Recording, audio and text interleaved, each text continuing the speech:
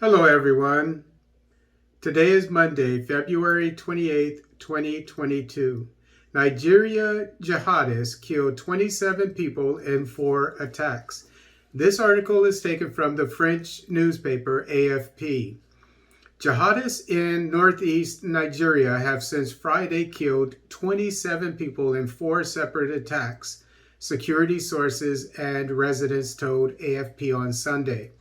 The Islamic State West Africa Province, ISWAP, who split from rival Boko Haram jihadists in 2016, has escalated attacks in recent weeks despite ongoing military operations.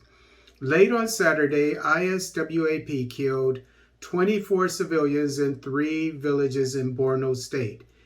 An anti-jihadist militia leader and a resident told AFP. They said the civilians were targeted for helping troops fighting the militants. Military spokespeople and local officials have not yet confirmed the attacks and did not respond to AFP's requests for comment. The villages are on the fringes of Sambisa Forest, a major jihadist hideout. Okay, so since they are near an insurgent camp, these people need to be armed, and there needs to be a QRF force there. If there isn't one, I'm not criticizing the Nigerian government, but this is just my take on it. There needs to be a QRF force there, and QRF is Quick Reactionary Force, and it's people who are deployed. They're active duty troops, or they could be reserves. They're deployed to an area and they camp out.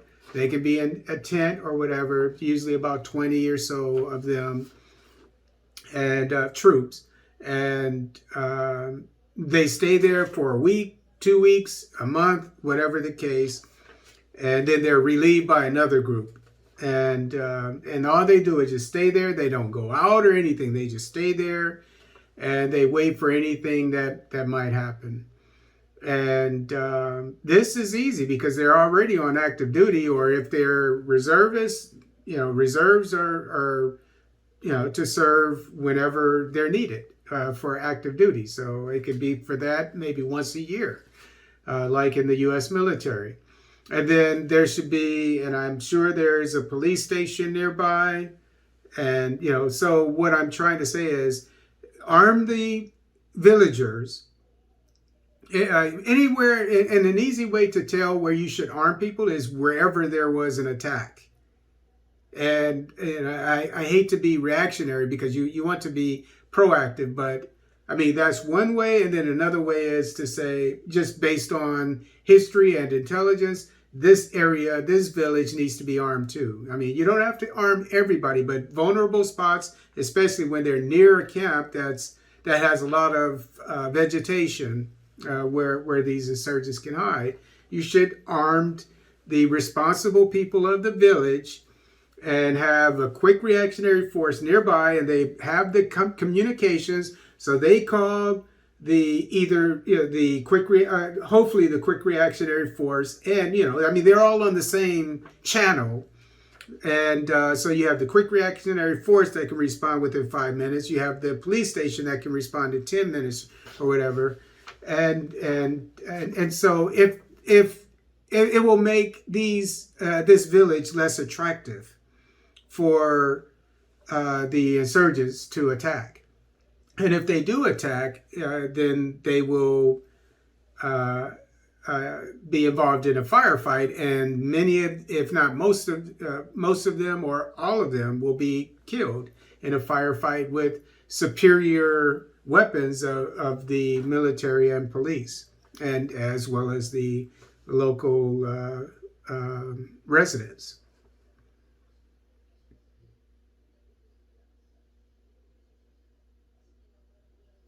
Fighters drove into Sambongarin, Kimba, Mandara, Girau, and Gama villages in Biu district, targeting residents, the sources said. The terrorists killed 24 people in the 3 villages last night. An anti-jihadist militia leader Mustafa Karimbe said. They moved from village to village, selecting their targets and slaughtering them. You see what I'm saying? If they are armed, this is not going to happen, at least not so easily. They're going to be involved in a firefight, and some of them will die, and perhaps some of the villagers will die, but at least it's a fair, they have a fighting chance. Said Karimbe, adding that 9 residents were killed in Sabungaran Kimba, 7 in Mandara Girao, and 8 in Gama. He says soldiers had enlisted the help of villagers to clear shrubs along the highway linking the villages, which the militants used as cover for ambushes.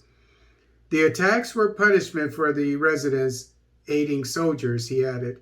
The jihadists had sent a warning to villagers not to clear the foliage, threatening grave consequences, said another militia member, Umar Ari, giving the same death toll. So here you have it. Here's your intelligence. They're threatening, so arm them. Set up a QRF there. And definitely, and if there's not a police station near there, now's the time to build one. Resident of nearby Butte town, Ahmad Babangana, said the militants stormed Sambungaran Kimba around 2000 GMT Greenwich Mean Time, if I remember correctly, which is English time, before proceeding to Gama and Mandara Girao, which would, that would be, 2000 is 8 p.m., which would be 9 p.m. in local time in Nigeria. It was clear they knew the residents after they were after, said Babangana, who also gave the same death toll. Late on Friday, ISWAP staged another attack in Chibok, where Boko Haram kidnapped more than 200 schoolgirls in 2014, sparking international outcry.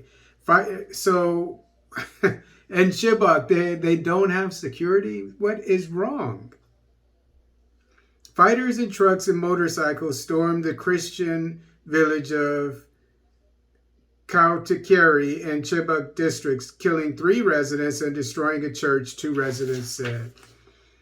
They came around 5:45 p.m., 16:45, which is 4:45 Greenwich Mean Time, and attacked the village with guns, killing 3 people and burning a church. Kautikeri resident Samson Bulus told AFP. Another resident, so it was this is a Christian area, obviously. I mean, it says it, and then there's a church. So that's what makes it a target. So that tells you something too. Any Christian area needs to have protection. Another resident, it was the second jihadist attack on the village in a month. On January 20th, ISWAP killed 2 residents and abducted 20 children, according to 2 residents and a community leader. The military says it has killed 180 fighters and arrested 130 others suspected of terrorism in the Northeast since the end of January alone. So they killed 27, but we killed 180 of them and took another 130 out of the fight. So over 310 of them have been taken out of the fight in less than a month. The 12-year-old conflict has killed at least 40,000 people from fighting alone and displaced more than 2 million from their homes.